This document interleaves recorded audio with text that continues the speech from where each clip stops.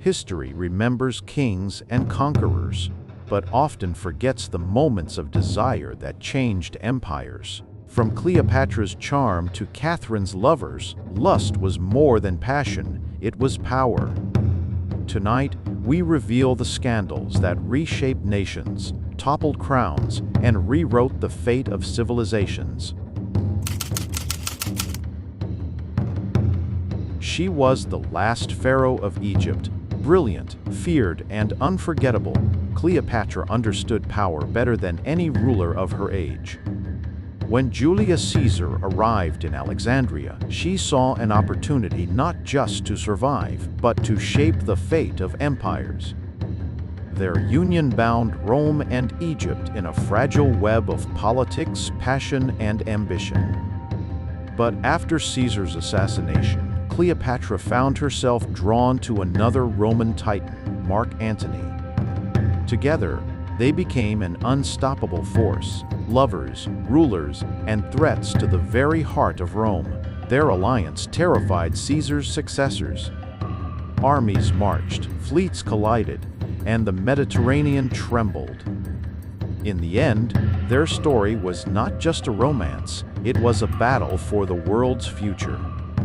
And their tragic fall marked the birth of the Roman Empire and the end of Egypt's ancient crown. He was Israel's greatest king, warrior, poet, chosen by God. But one night, David faced a battlefield within himself. When he saw Bathsheba, the wife of loyal soldier Uriah, a single moment of desire spiraled into one of history's most dramatic scandals. What began with a glance became a secret. What became a secret turned into a sin. David summoned her, and the affair ignited consequences he could not outrun. As Bathsheba became pregnant, David's fear grew. To hide the truth, he sent Uriah to the front lines, sealing a deadly decision that would haunt the kingdom. Prophets confronted him, the nation murmured, and David was forced to face both divine judgment and human guilt. In the end, the story was not just about lust, but power, conscience, and the cost of a king's choices.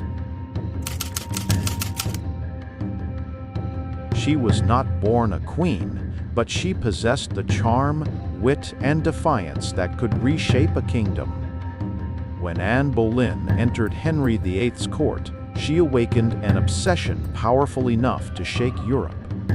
Henry wanted her not as a mistress, but as his rightful queen, and to claim her, he would break the world.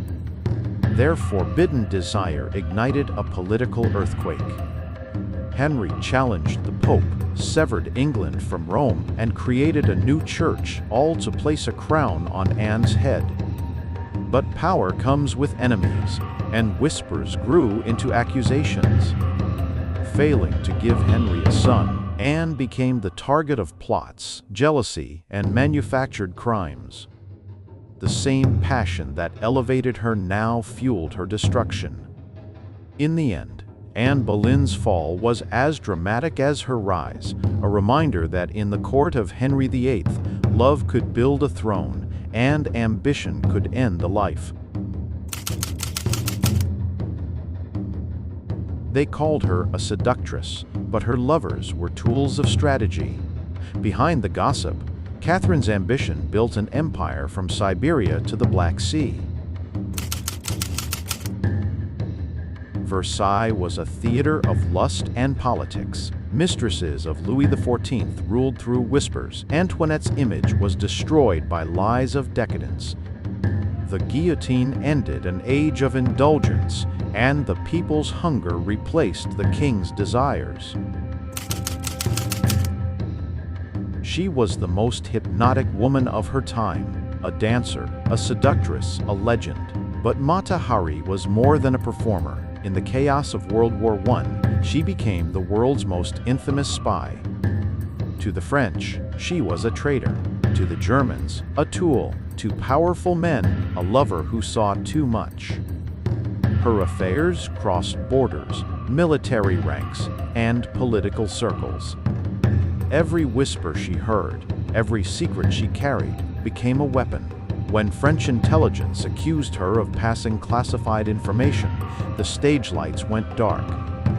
In a single moment, Mata Hari transformed from icon to scapegoat. Her downfall wasn't just espionage, it was the price of desire, fear, and war. She was Hollywood's golden flame, radiant, fragile, desired by millions. But when Marilyn Monroe stepped into the orbit of President John F. Kennedy, she crossed a line few understood, and even fewer survived. What began as a private affair soon became a national security nightmare. The FBI monitored her calls. Intelligence officers whispered she knew too much about politics, about secrets, about the man running the most powerful nation on Earth. Marilyn wasn't just a star, she was now a vulnerability. Rumors tied her not only to JFK but to Robert Kennedy, twisting her life deeper into political shadows. Every room she entered became a risk. Her loneliness, her instability, her access, all made her a potential target for blackmail, manipulation, or worse. In the late 1992s, the most powerful office in the world was shaken by a secret that began not in a war room, but in a hallway. President Bill Clinton and a young White House intern, Monica Lewinsky, found themselves at the center of a personal relationship that spiraled into one of the most explosive political scandals in American history. What started as private moments behind closed doors quickly became national drama. Investigators uncovered tapes, testimonies, and documents. Political rivals sensed opportunity. The media circled like sharks, transforming a hidden affair into a global spectacle. Behind the headlines were two human lives, one fighting to protect a presidency, the other struggling to survive an avalanche of judgment. The scandal tested institutions, shattered reputations, and exposed how personal choices can shake the foundations of political power. Empires fall for many reasons: greed, invasion, corruption, but sometimes it takes only a glance, a letter, or a kiss.